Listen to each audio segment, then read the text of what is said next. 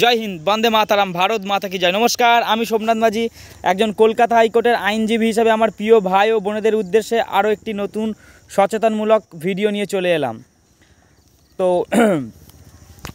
আজকের যে টপিকটা নিয়ে আমি আপনাদেরকে শেয়ার করব সেটা অত্যন্ত ইন্টারেস্টিং এবং আমরা জানতে পারবো যে পলিটিক্যাল ব্যাকগ্রাউন্ড থাকলে কিভাবে সাধারণ মানুষ হেনস্থা হয়। তো রিসেন্ট একটি মামলা, আমি থানার নাম বলছি না, এরিয়ার নামও বলছি না, শুধু ঘটনাটা আমি বলবো এবং কিভাবে একজন সাধারণ মানুষ সাধারণভাবে হেনস্থা হয় সেটা আমি জাস্ট আপনাদেরকে শেয়ার করব। এবং হেনস্থা হওয়ার পরেও আইনত কিভাবে জব্দ করা যায় সেটা আমি আপনাদেরকে শেয়ার করতে চলেছি।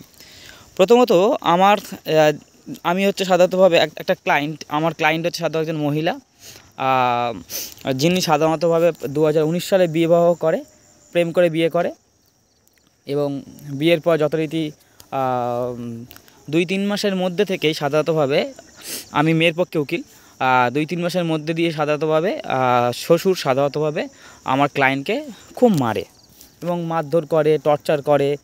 এবং এই যে মারধর করছে এবং টর্চার করছে এবং হুমকি দেয় যে সে যদি তার স্বামীকে বলে সেক্ষেত্রে সাধারণতভাবে তার মেয়ে জামাই সকলকে ডেকে তাকে খুন করেও দিতে পারে। তাই এইভাবে সাধারণতভাবে চলছে এবং যথারীতি সাধারণতভাবে মেয়ে সমস্ত কিছু অত্যাচার সহ্য করতে না পেরে তার স্বামীকে বলে এবং তার স্বামী সেই সময় সাধারণতভাবে ভালোই ছিল এবং তার স্বামী এবং আমার ক্লায়েন্ট একদিন কি হয় না, আমার ক্লায়েন্টকে খুব মারে, শ্বশুর মতো অত্যন্ত মারধর করে এবং সেই মারধর করার পরেই স্বামী এবং আমার ক্লায়েন্ট এবং ক্লায়েন্টের স্বামী সাধারণতভাবে থানায় সমস্ত কিছু জানায় এবং রক্তপাত হয় এবং মারধর করে মেডিকেল সব কিছু নিয়ে যায় এবং নিয়ে যাওয়ার পরে সাধারণতভাবে থানা থেকে কোনো রকমভাবে এফআইআর করেনি, কোনো রকমভাবে স্টেপ নেয়নি, জাস্ট জিডি করে ছেড়ে দিয়েছে। আর পরবর্তীকালে আমি যখন কেসটা হ্যান্ডেল করছি তখন জানতে পারলাম এর কারণ কী, এটা আমি পরে বলছি, কেন পুলিশ কোনো রকমভাবে স্টেপ নিচ্ছে না এবং যথারীতিভাবে এইভাবে চলতে থাকে।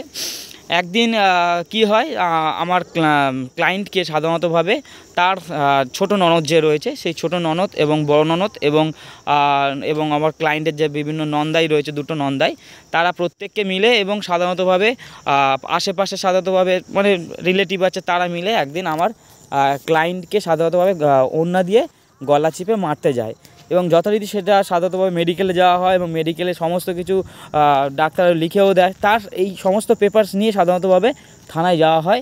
থানা সেক্ষেত্রেও সাধারণতভাবে কোনো রকমভাবে স্টেপ নিল না, আবার জিডি করলো, জিডি করে আবার ছেড়ে দিল। আমার ক্লায়েন্ট সাধারণতভাবে অতটা বয়সও কম আর অতটা বোঝেও না, এইভাবে অত্যাচার সহ্য করছে। ঠিক আছে, এটা গেল। এইবার যথারীতি সাধারণত বাচ্চা কাচ্চা হওয়ার পরে ব্রেস্ট টিউমার ধরা পড়ে আমার ক্লায়েন্টে এবং ব্রেস্ট টিউমার ধরার পরে সাধারণতভাবে এইভাবে চলছে।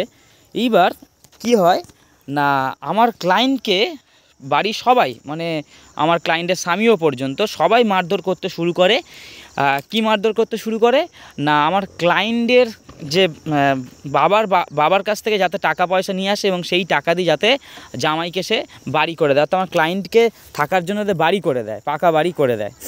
তো যথারীতি এইভাবে অত্যাচার সহ্য করে আসছে এবং নিরুপায় হয়ে আমার ক্লায়েন্টের বাবা কী করলো, শেষ পর্যন্ত বাড়ি করে দিল যে মেয়েটাকে মারধর করছে এবং আমরাও প্রত্যেকে চাই মেয়েটা সাধারণতভাবে সংসার ধর্ম করুক।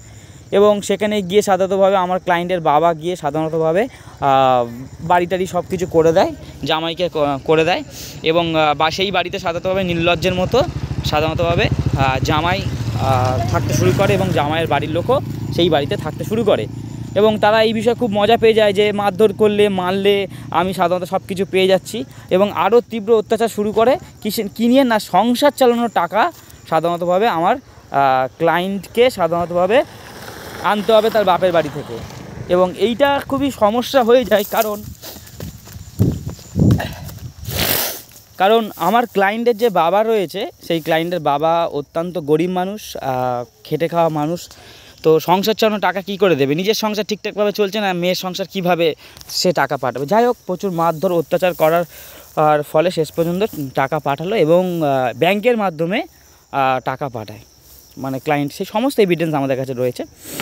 একদিন কি হলো, 2 ননদ এবং নন্দাই এবং আশেপাশে সাধারণত যারা রিলেটিভ ছিল কম বেশি সবার উপস্থিতিতে আমার ক্লায়েন্টকে বেধড়ক মারলো। এবং সেই বেধড়ক মার কি তার আর বুকে যেখানে টিউমার রয়েছে সেখানে প্রচণ্ড পরিমাণে পা দিয়ে লাথি মেরে আঘাত করলো এবং রক্তপাতের অবস্থা পৌঁছে গেল এবং মাথা দেয়ালে ঠুকে দিয়েছে। এবং ক্লায়েন্ট অসুস্থ অবস্থায় না সহ্য করতে পেরে সাধারণত হসপিটালে যায় এবং হসপিটালের ডাক্তার পর্যন্ত দেখে ভয় পেয়ে যায় এবং ডাক্তার প্রেসক্রিপশানে পুরো লিখে দিল এবং ক্লায়েন্টকে হয়তো জিজ্ঞাসা করেছিল সাধারণতভাবে কে কে মেরেছে তোমাকে, এবং ডাক্তারও চায় যে মানে হসপিটালে, সরকারি হসপিটালে, যে এরকম একটা অসহায় কম বয়সে একটা মেয়েকে মারধর করছে, এর যাতে শাস্তি পায়। এবং মেডিকেল সমস্ত পেপারসপত্র নিয়ে ওই অসুস্থ শরীরে সাধারণতভাবে কী হলো না, এখন থানায় গিয়েছে এবং থানার লোক সাধারণতভাবে মহিলা পেয়ে তাকে ভুলভাল বুঝিয়ে যে তুমি এখন যাও, আমরা তাকে এক্ষুনি তোমার আর স্বামী এবং যারা যারা রয়েছে আত্মীয় স্বজন প্রত্যেককে সাধারণতভাবে অ্যারেস্ট করব। এবং আমার ক্লায়েন্ট যথারীতি চলে আসে, আবার জিডি নাম্বার দিয়ে পাঠিয়ে দেয়। কোনোরূপভাবে সাধারণতভাবে কোনো স্টেপ হয় না, অথচ আমাদের সমস্ত মেডিকেল সব রয়েছে, অত্যাচারের উপর অত্যাচার চলছে। এবং যথারীতি রিসেন্ট একদিন বেধড়ক মারে এবং বিনা কারণে অত্যন্ত হারে মারে এবং তারপরেও থানা যায়, থানা কোনোরকমভাবে স্টেপ নেয়নি। এইবার শুরু হচ্ছে আমার এন্ট্রি। আমি সমস্ত জিনিস দেখে আমি অবাক হয়ে যাই যে এখনও পর্যন্ত এফআইআর হয়নি, এতবার মেডিকেল হয়েছে, এতবার মারধর হয়েছে, এতবার জিডি হয়েছে, একই বিষয় নিয়ে পুলিশ কোনোরকমভাবে স্টেপ নেয়নি। আমি গিয়েই পুরো রহস্যটা জানতে পারলাম। কি হলো, আমি যখন থানায় গিয়েছি কমপ্লেন করার জন্য, ক্লায়েন্টের সাথে আমি গিয়েছি এবং থানার লোক দেখছি সাধারণতভাবে এফআইআর নিতে চাইছে না। কী জন্য একটু পরে আমি বুঝতে পারলাম, যখন থানার সামনে লেখালেখি করছি, ক্লায়েন্টকে আমি বলে দিচ্ছি এবং উনি লিখছে, ঠিক সেই সময় দেখছি জামাই এলো এবং জামাই এসে পুরো থানার সামনে, মানে থানা থেকে খুব বেশি হলে 10 হাতও নয়, ঠিক আছে, 10 হাতের মধ্যেই জামাই সাধারণতভাবে মেয়েকে মারছে, আমাদের সামনেই মারছে এবং পুলিশের সামনেও পর্যন্ত মারছে এবং পুলিশ কোনোরকমভাবে কোনো আওয়াজ সেইভাবে কিছু করছে না।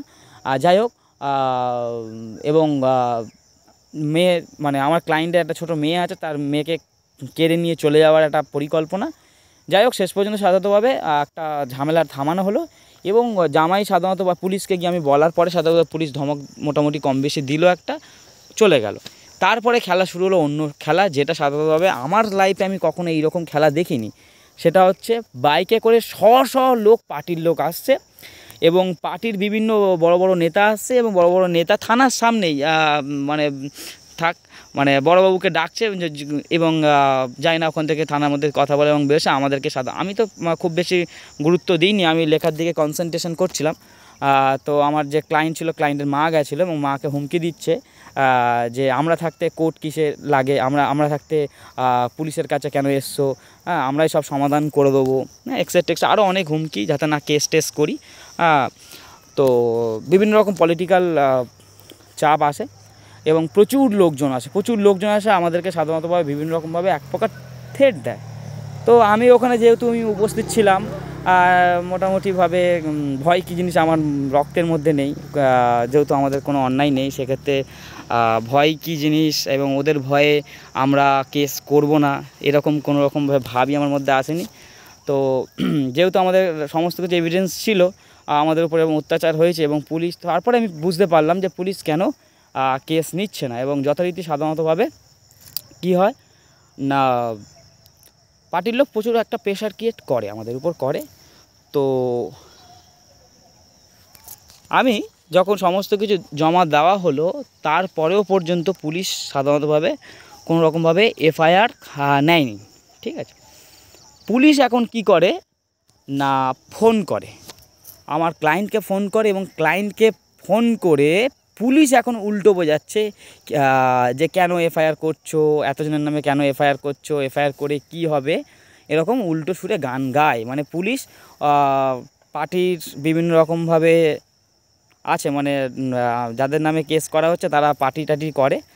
তো যথারীতি আমি আইনি প্রেশার ক্রিয়েট করে আইনি পদক্ষেপ নিয়ে পুলিশের ওপর চাপ সৃষ্টি করে শেষ পর্যন্ত এফআইআরটা করালাম। এবং এটাই বলতে চাইছি যে ভয় পাবেন না কখনো, সে যে পার্টির লোক আর যেই হোক, অন্যায় যখন করেননি পৃথিবীর কাউকে ভয় পাবেন না। চোখে চোখ রেখে লড়াইটা করে যাবেন।